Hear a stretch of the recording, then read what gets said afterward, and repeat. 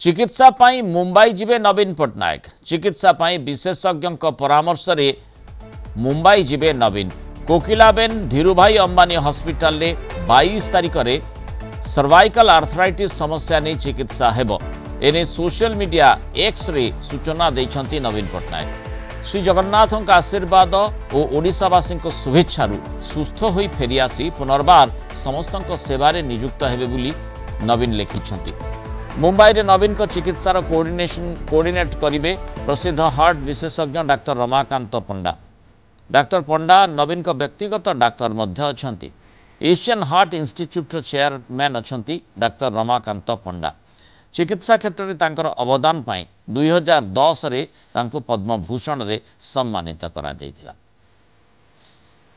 अधिक सूचना देवा पाई Kalinga TV senior correspondent Pritikanta Nayak जोड़ी। प्रीतिकांत, नवीन पट्टनायक जो स्वास्थ्यावस्था संपर्क में तांकर जो सर्वाइकल आर्थराइटिस संपर्क से निजे ही एक्सरे सामाजिक गणमाध्यम रे सूचना देइछंती।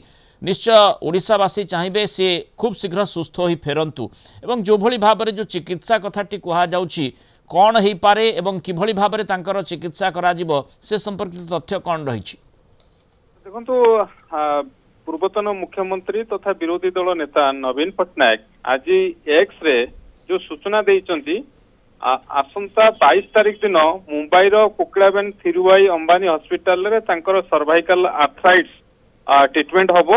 आपण जानछन रिनाउंड डॉक्टर रमाकांत पंडा तत्वावधान रे ए ट्रीटमेंट तांकर हबो। कारण तांकर जदि आपण देखिबे व्यक्तिगत चिकित्सक हिसाब से डाक्टर रमाकांत पंडा बहुत दिन धरिकी तांकर विभिन्न जो रही स्वास्थ्य संपर्क रे जो परामर्श रखी था आपन को सूचना देवा चाहिए 20 तारिख दिन सकाळू भुवनेश्वर छाड़े विरोधी दल नेता नवीन पट्टनायक 22 तारिख दिन सकाळू जहाँ रही कलिंग टीवी पाखरे सूचना रही ट्रीटमेंट हम कोकिलाबेन धीरूभाई अंबानी हॉस्पिटल रे। आज जदि आप देखिए आज गुरुत्वपूर्ण जो PSC public affairs committee Biju Janata Dal रही तार चेयरमैन होउचंती नवीन पट्टनायक अध्यक्षतार आज एक किसी समय पूर्व अर्थात आज अपराह्न रे एक गुरुत्वपूर्ण बैठक बसीथिला। से बैठक रे निष्पत्ति हेछि सेटा तो वर्तमान सुधा जना नहीं किंतु आज नवीन पट्टनायक अध्यक्षतार गुरुत्वपूर्ण पीएससी बैठक बसीथिला।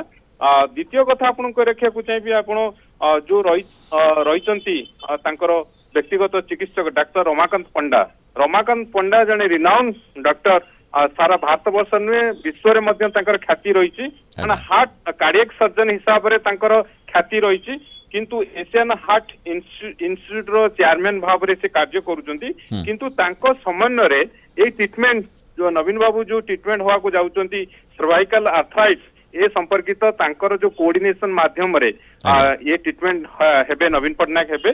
आउ आपण जानिचंती जदि आपण रमाकांत पंडा कथा आपण कहि रखिया को चाहिए से आ भितर 30,000 रु अधिक कार्डियक सर्जरी कर सारचंती।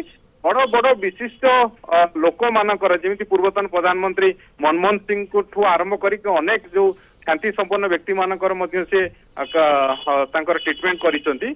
आउ एबे नवीन बाबू तांकर परामर्श रे तांकर जो स्वास्थ्यगत रही समस्या रही तांकर परामर्श नहीं कि चिकित्सा होउतिले।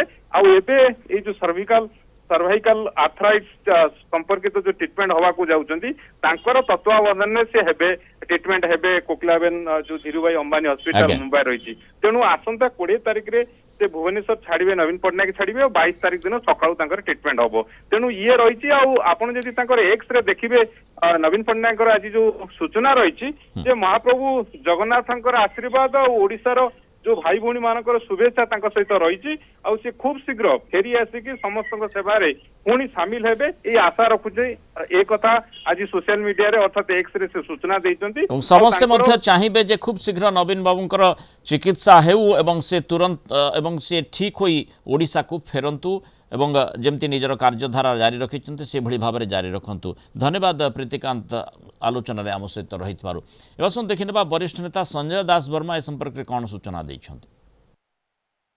ओडिशार पूर्वतन मुख्यमंत्री विरोधी दल नेता विजु जनता दल सभापति श्रीयुक्त नवीन पट्टनायक आसंता 20 तारिख दिन बॉम्बे जाउछंती।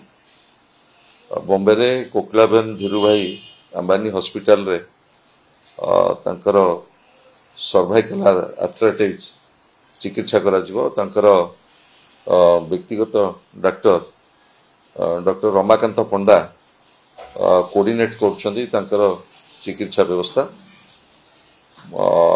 आमे महाप्रभु जगन्नाथ पाखरे प्रार्थना करिवु से खूब शीघ्र सुस्थ होकर आसतु पुणी ओडिशावासी सेवारे